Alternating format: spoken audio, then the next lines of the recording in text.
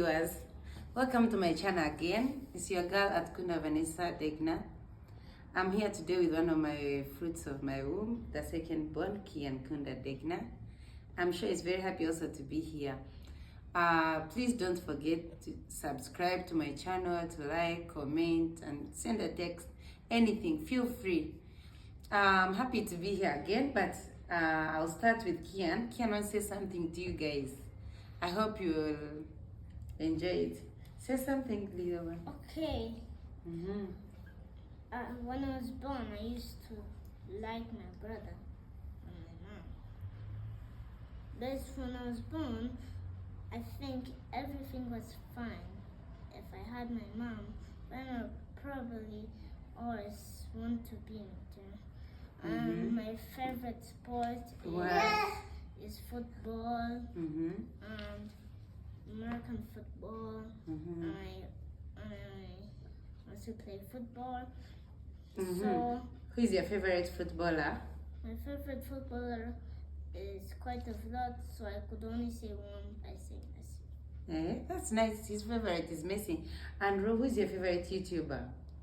TD Brex and Mr. Beast. Oh wow, you've had TD break up. One day he will be part of our show, and then he will enjoy it. And what do you think? What should we say to the people watching our show today? I think we should tell them to subscribe and hit the bell and hit the They hit the link button and they subscribe, right? and hit the like button. Guys, Kian was born in Uganda and is doing his school in Uganda, and is here to support mom. How sweet. I'm 7 years. He's 7 years old. I come from our school is from Your school is in Kampala, eh? It's in Kampala. In Uganda. And you like it? And you like it? And I like it because it's the things you could go, do. You like climbing the trees and swimming? And swimming, you could do anything like that. Okay, thank you, Kian, for joining me today. I hope you guys are enjoying his talks. You know, children, they love those things. Anyway, back to the point. I'm continuing on the topic of my lifeline stories. I'm going to talk about having my children in Uganda, how it was my experience. First, I had my firstborn, who was born here in Kampala in one of the hospitals. And the other, they were actually both born in different hospitals, the first two. The third one was born in Germany. My experience in Kampala with the first two was quite flexible. Having mom around, having people around, support. Of course, the doctors are also available. I can say this because when I compare it to my last born in Germany, with the language barrier, German is their official language, so they don't often tend to promote English. They love their language, the Germans. So my experience in Kampala with the first one, it was interesting. So I felt, I can have a second one.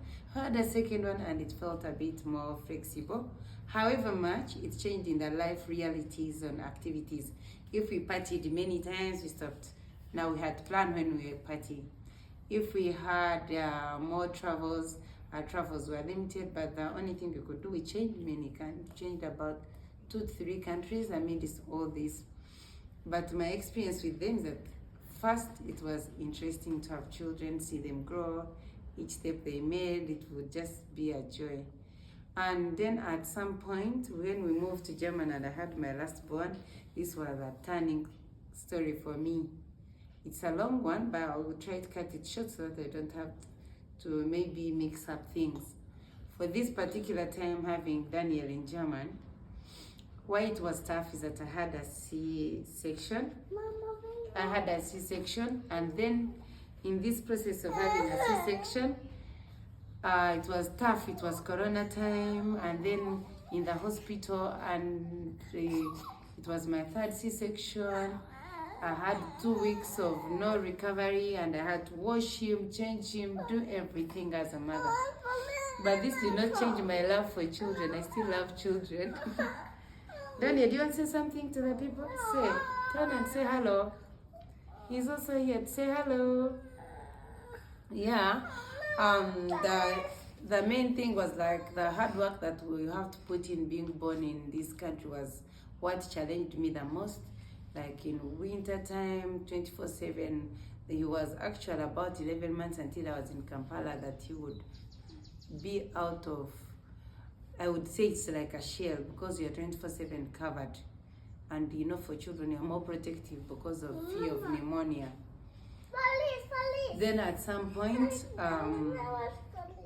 don't mind my children in the video. You know, with children, you always have these interruptions. That's why I'm here to talk about them. This is my highlight of them. I'll talk about each experience, each step, how it was. But for Daniel particularly, why I was focusing on it is because I saw that so many new comings. Less contact with people. Most of the time you're with a child, you find you're telling stories to your child who does not even respond to you.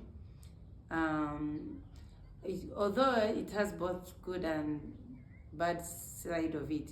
The good side is that the child gets to have more bonding with you.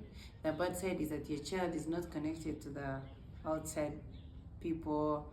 For them, that's why they tend to say they are used to being alone because of the environment and the weather and what surrounds around what creates what it is. You only do things that you need to do. You can actually do a whole day of speaking to nobody.